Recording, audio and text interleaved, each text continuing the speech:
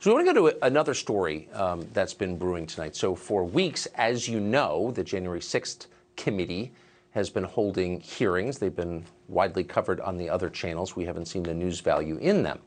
But there is a bit of news to emerge from that story, and we want to get to it now.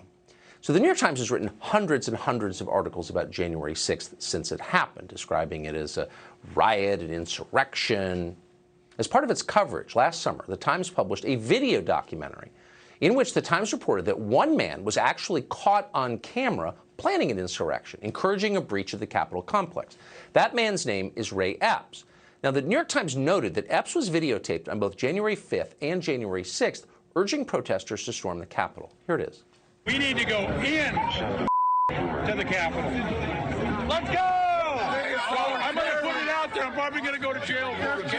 Tomorrow, we need to go into the Capitol. Into the Capitol. Peacefully. Fed. Okay, folks. Grab the word. As soon as the president's done speaking, we go to the Capitol.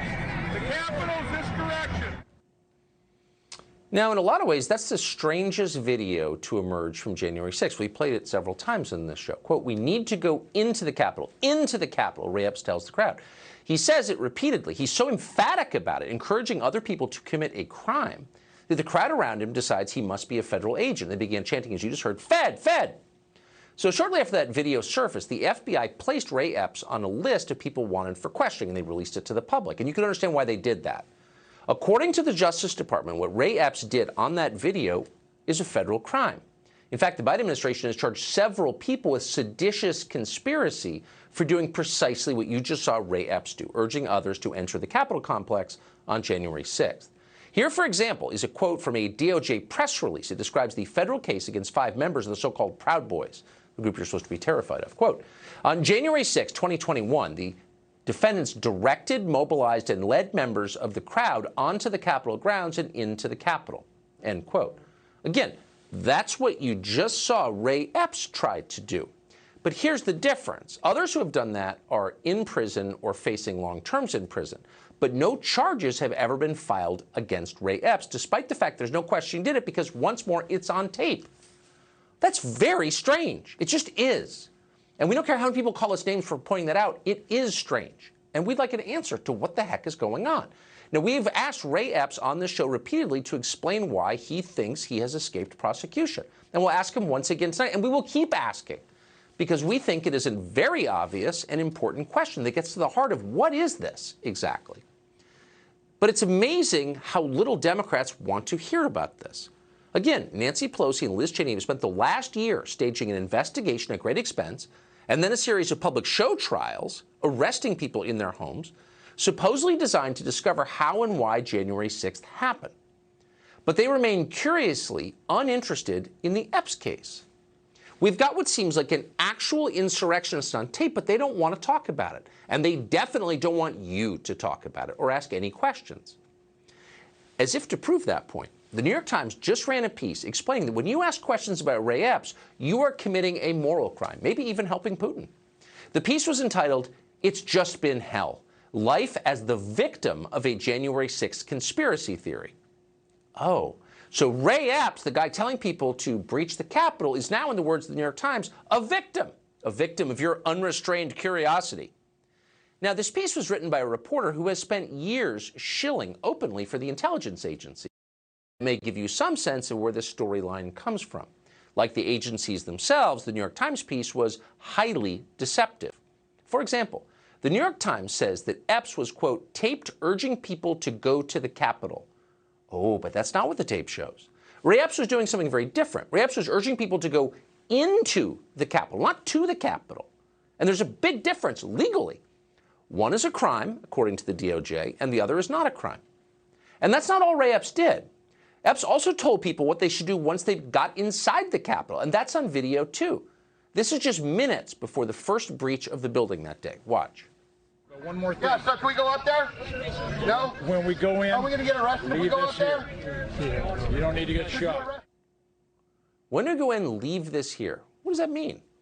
Well, for some reason, the New York Times reporter didn't ask Ray Epps what he meant by that. Now, the reporter spent a day talking to Epps. It was a day-long conversation, according to the story. But that question never came up. No meaningful question came up. It's all very strange. The New York Times is mounting a propaganda campaign on behalf of a self-described Trump voter insurrectionist. Now, this is the same paper that cheered Ashley Babbitt's death. But this same paper is weeping for Ray Epps because people have been mean to him online? It's almost like they're trying to cover something up. Now, buried near the end of the New York Times piece, there's a hint. We find this line, quote, Mr. Epps also said he regretted sending a text to his nephew well after the violence had erupted, in which he discussed how he helped orchestrate the movements of people who were leaving Mr. Trump's speech near the White House by pointing them in the direction of the Capitol. Really? What was in that text? We'd never heard of that before, and it kind of makes you think the entire New York Times piece was written to drop that little bomblet at the end in the least damaging way. Now, we'd never seen that text message before. What exactly did Ray Epps say to his nephew? Have prosecutors reviewed that text? The New York Times doesn't tell us. Nor does the New York Times tell us whether Ray Epps has had any contact with any federal agencies in the period before January 6th. That's the core question. But they didn't ask it. Why is that? Seems like a major omission. But don't ask more questions, commands the New York Times. Otherwise, Ray Epps may be killed by Mexican drug cartels. Mexican drug cartels? What do they have to do with this? We're not sure. But according to the paper, there are people who have heard, quote, some cartel members talking about killing Mr. Epps. Right, because the drug cartels are committed Trump voters and they feel betrayed by Ray Epps. Maybe they're QAnon people too. This is highly strange. And if you're going to spend more than a year looking into January 6th and you ignore this, then it's more than strange. It's an indictment of your motives.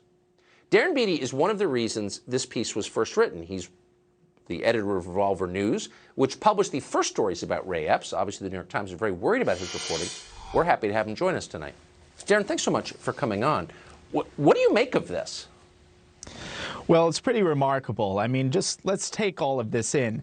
The one person caught repeatedly urging people into the Capitol as early as January 5th is the one person of all of the January 6th riot participants that the New York Times just happens to write this ultra-sympathetic puff piece for.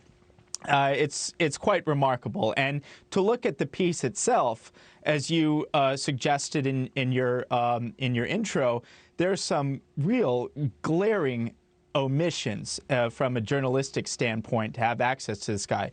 Number one, in the entire piece, there is no blanket explicit denial on part of Epps to have been associated with any intelligence group, DHS, JTTF, military intelligence, so forth. Just reiterates his very legal denial of being involved with law enforcement. Number two, the piece describes Epps as a Trump supporter. He just went to D.C. to defend Trump and to attend the speech on a last-minute thing with his son to attend Trump's speech on election fraud. The only thing is, Epps didn't attend the speech. Epps travels all the way from Arizona to D.C., this big Trump supporter, and he doesn't even attend the speech. Instead, he fixates on this bizarre mission to get everyone to go into the Capitol. And by the way, he just happens to be hanging out right by the initial breach point near the Peace Monument on the west side of the Capitol before the Proud Boys even get there. And thirdly, where did Ray Epps get this idea? This whole piece doesn't explore that question at all.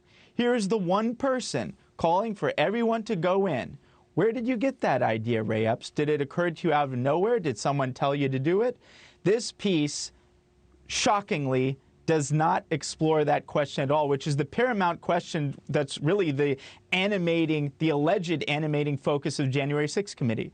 So this is so dirty. Ray Epps's behavior was so egregious that he was one of the first 20 on the FBI most wanted list. He was featured as a star in the New York Times' own documentary on January 6th.